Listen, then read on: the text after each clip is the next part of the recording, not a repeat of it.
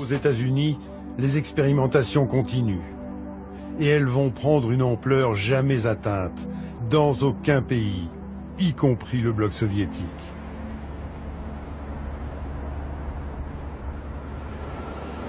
Des populations entières font les frais de tests à grande échelle. En voici quelques exemples.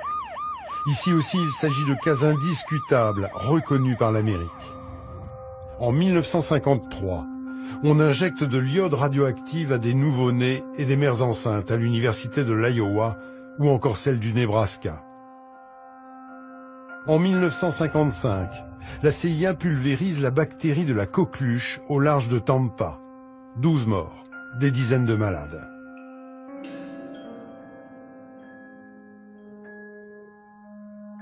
En 1955 toujours, la CIA enrôle des prostituées à San Francisco, ouvre 2 maisons de passe et teste des drogues sur les clients. Les ébats sont filmés à travers un miroir sans teint.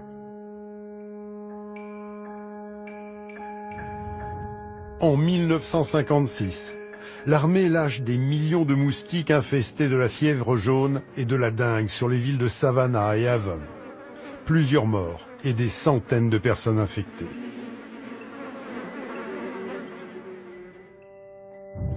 En 1960, à Cincinnati, l'armée finance un programme d'irradiation sur 90 indigents ou malades au sein de l'hôpital universitaire de la ville.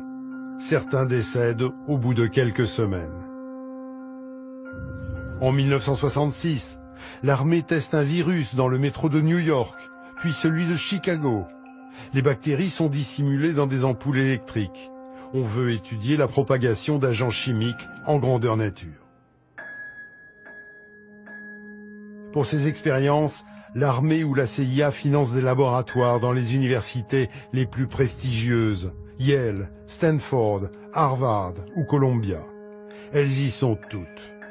Glorifiées par l'idée de travailler pour la défense de la nation, les chercheurs deviennent fous.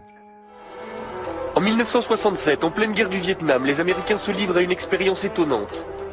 Ils déversent une substance chimique au-dessus des nuages.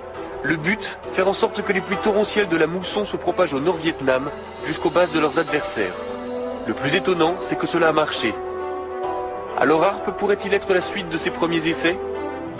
Le consortium d'antennes de HAARP produit 1 milliard de watts de faisceaux radio de haute fréquence qui pénètrent la basse ionosphère et agissent réciproquement avec l'électrojet auroral. Pendant cette modification, ce faisceau balaie et stimule l'ionosphère, créant des ondes mégamétriques qui peuvent se déplacer sur de grandes distances dans la basse atmosphère et pénétrer dans la Terre pour y dénicher des missiles, des tunnels souterrains et communiquer avec des sous-marins cachés. Les brevets d'invention originaux de HAARP ont été conçus pour déformer ou modifier la magnétosphère.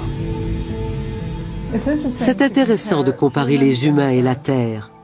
La Terre est semblable à un champ magnétique et les humains produisent aussi un champ magnétique, particulièrement au niveau du cœur et du cerveau.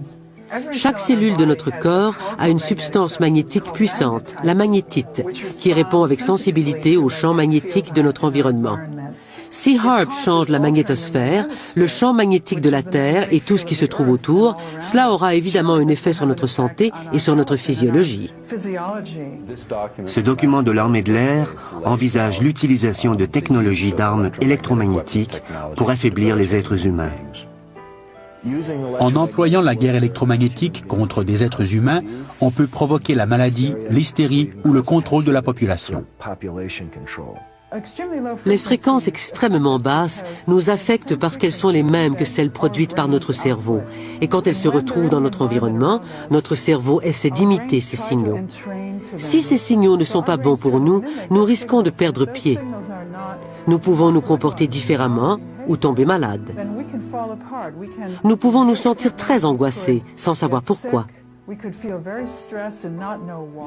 La controverse qui entoure les ondes mégamétriques, des fréquences extrêmement basses qui affecteraient l'état mental des individus, n'est pas nouvelle. Elle remonte au travail de José Delgado à l'université Yale. Il a commencé à employer des implants et finalement il a constaté que l'énergie à 1/50 de ce que la Terre produit naturellement pourrait déclencher des sauts d'humeur énormes. Je connais la réaction physique, mais pas la réaction biologique. On a estimé que j'étais un enfant prodige en électronique. Ma vie entière a été consacrée à l'étude de l'effet de l'énergie électromagnétique sur l'esprit humain. Quand j'avais 13 ans, j'ai inventé un dispositif qui transmet le son au cerveau à l'aide d'ondes électromagnétiques. Donc c'est mon domaine. J'ai mené des recherches pendant plus de 40 ans et HAARP m'effraie parce que je sais ce qu'il peut faire. Je sais que HAARP peut être employé pour contrôler l'esprit humain.